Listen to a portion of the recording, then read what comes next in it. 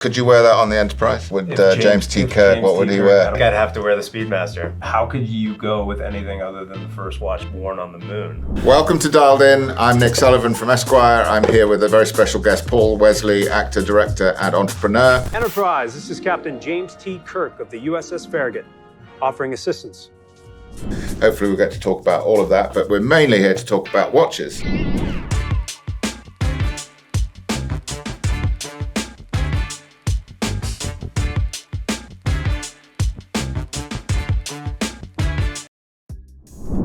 Tell me how you started out. How did you get into watches in the first place? Well, my first watch that I ever had, it was a Swatch. I fell in love with watches actually through a trip that I did to Switzerland with Omega. And then, of course, I got the legendary Speedmaster, which you're wearing right now. It's just so timeless. And I love being able to put a strap, like a NATO strap on it, and changing the whole look. It feels like a watch from the 50s, although it was very modern for its time. Yeah, it's the first watch worn on the moon. That's right. It was around 7 or 8 years before someone from NASA went into a jeweler's store in Houston and actually bought the watches. Right. They bought a bunch of watches and tested them out, and the Speedmaster is the only one that passed the test. Right. Amazingly, nowadays we expect these watches to be automatic, but they're actually hand wound because first automatics didn't come out until the late 60s. I'm like constantly looking to wind it, even if it's completely wound. I enjoy the habit of doing it. It's like one of, 5 classic watches that every man should have. Now you have another very interesting Speedmaster there that you have on a canvas strap. It's a Speedmaster 57, but it's a modern Speedmaster 57. But in almost all respects, it's identical to the original Speedmaster.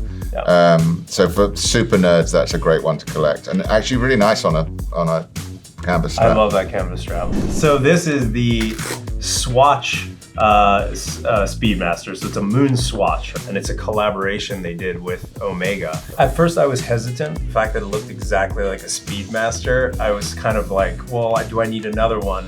And then I just sort of fell in love with all the different colors. And there's a line out the door, out the Swatch store, to get one of these. You can really only get these secondhand unless you line up at the store. Even before they were on sale in Swatch stores. I think the top price went at one point to $12,000. Wow. Whether anyone was foolish enough to pay that, I don't know. Hopefully not. I want to see what else. You've got a really beautiful dress watch here. Yeah, this is a dress watch. It's an Omega DeVille. There's something much, much more elegant about this one.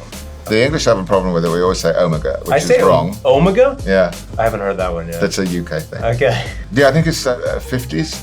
The design, and that was a time when quite functional watches still had this sort of elegant look about them. It feels like a summery, like cocktail event. There's an interesting move back towards these restrained dress watches from a lot of brands. Could you wear that on the Enterprise? Would James T. Kirk, what would he wear? I think I'd have to wear the Speedmaster. How could you go with anything other than the first watch worn on the moon? Finally, we're going to come to a real beauty. Yeah, this is my favorite. This is 183 out of 1014. So it was the 50th anniversary in 2019. It's a beautiful red tachymeter scale, which is the same as the originals.